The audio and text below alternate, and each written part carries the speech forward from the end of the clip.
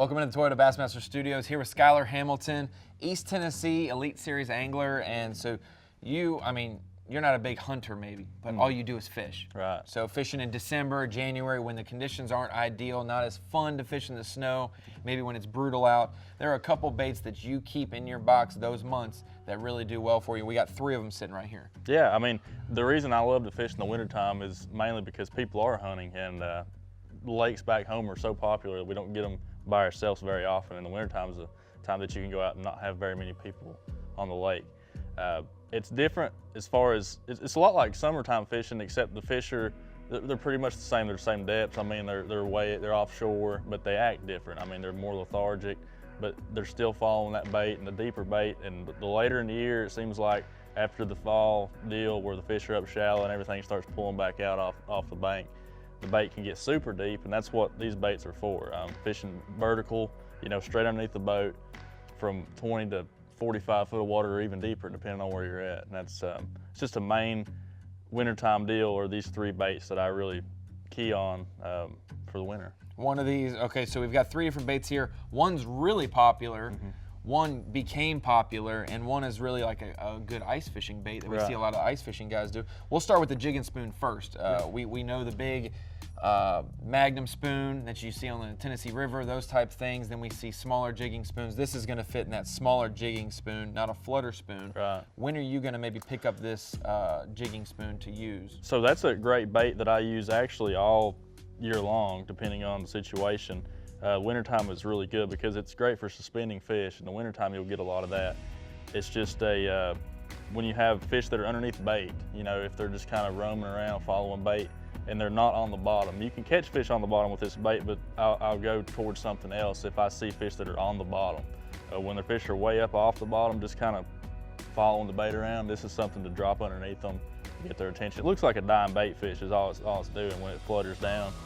One thing that I always do is I never put a swivel. I know a lot of people put swivels on it, but I think that the twist that you actually get with your line when you're sitting there, if you hold your bait still and don't move it, your bait's still kind of twisting a little bit, and that's one thing that I've always done. But in the winter, I typically don't put a feather on the back. I just put a straight, it's simple.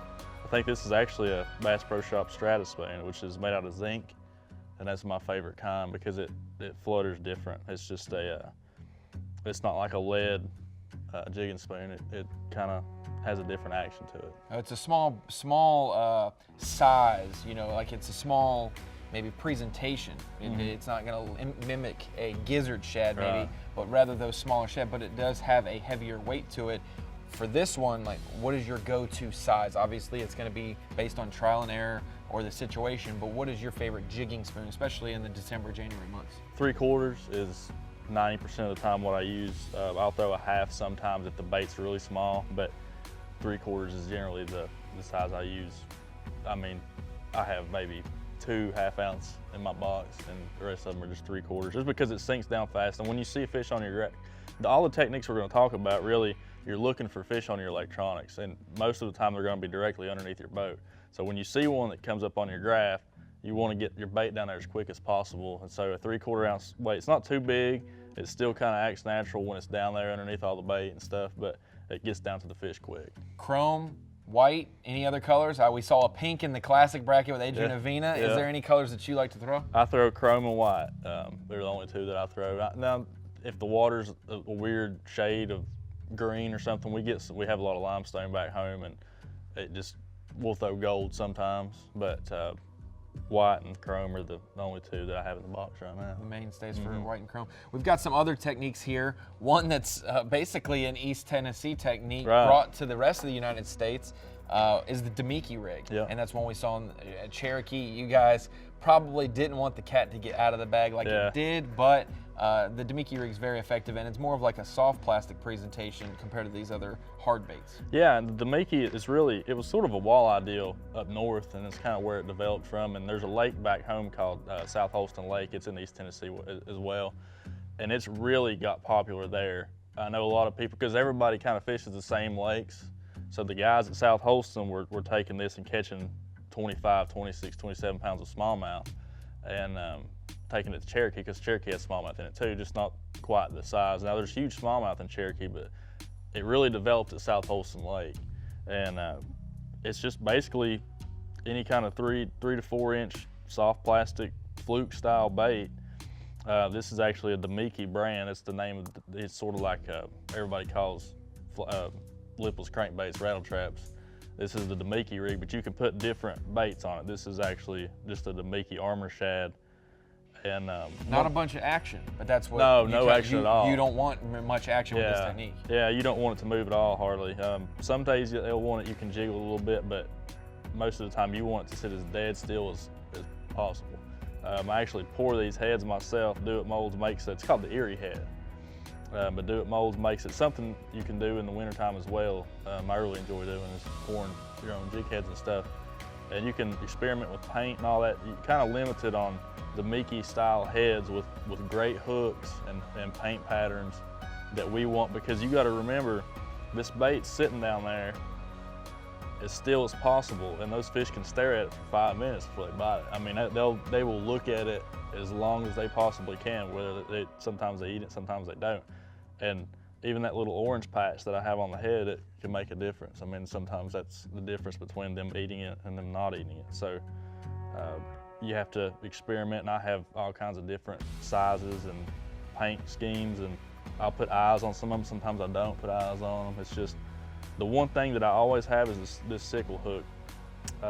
I mold that sickle hook in it. It just keeps the fish pinned real well. It's a light wire hook, but you're throwing this on 6 to 8 pound fluorocarbon most of the time anyway, so you're not going to straighten that hook out. And you're just setting it straight up. Straight up. It's sort of like a circle hook design. I mean, Once you got them, you've got them. It's a high percentage you're going to land them probably. Yep. And when they come up and you see, this is probably, I think this is a 5/8 head.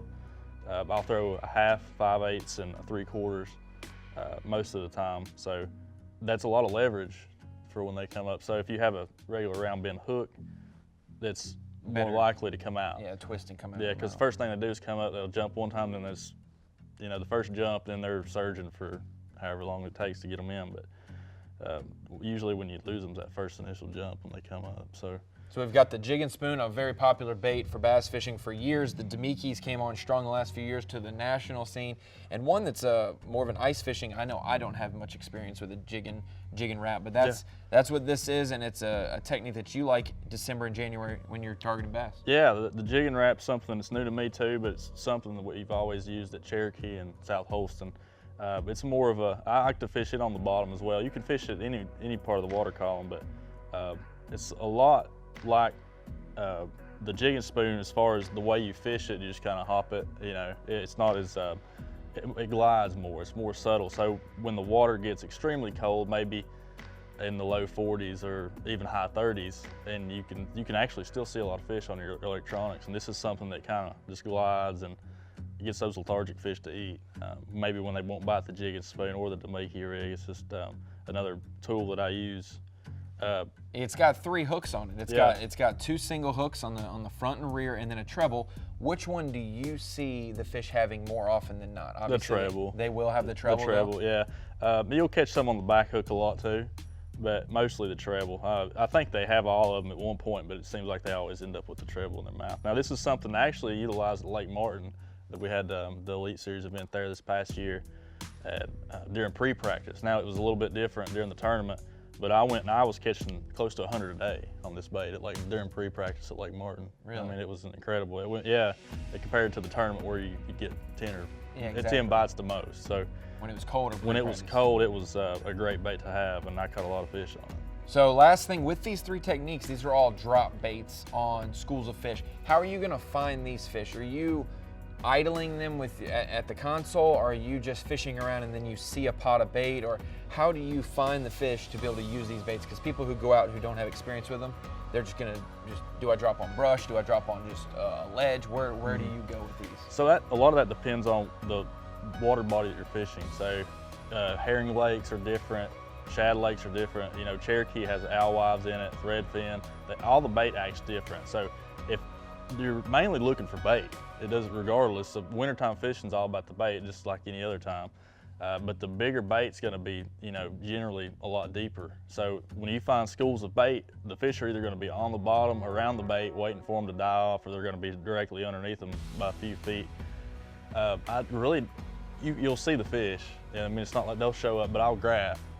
Now it's the domeki rig for smallmouth. It's smallmouth can hide really close to the bottom. I won't graph a lot then. You're just looking for maybe boulders or like an object for them to hide by. Right, exactly. And they'll just, or they can suck so close to the mud on the bottom that you won't ever see them until you start fishing for them.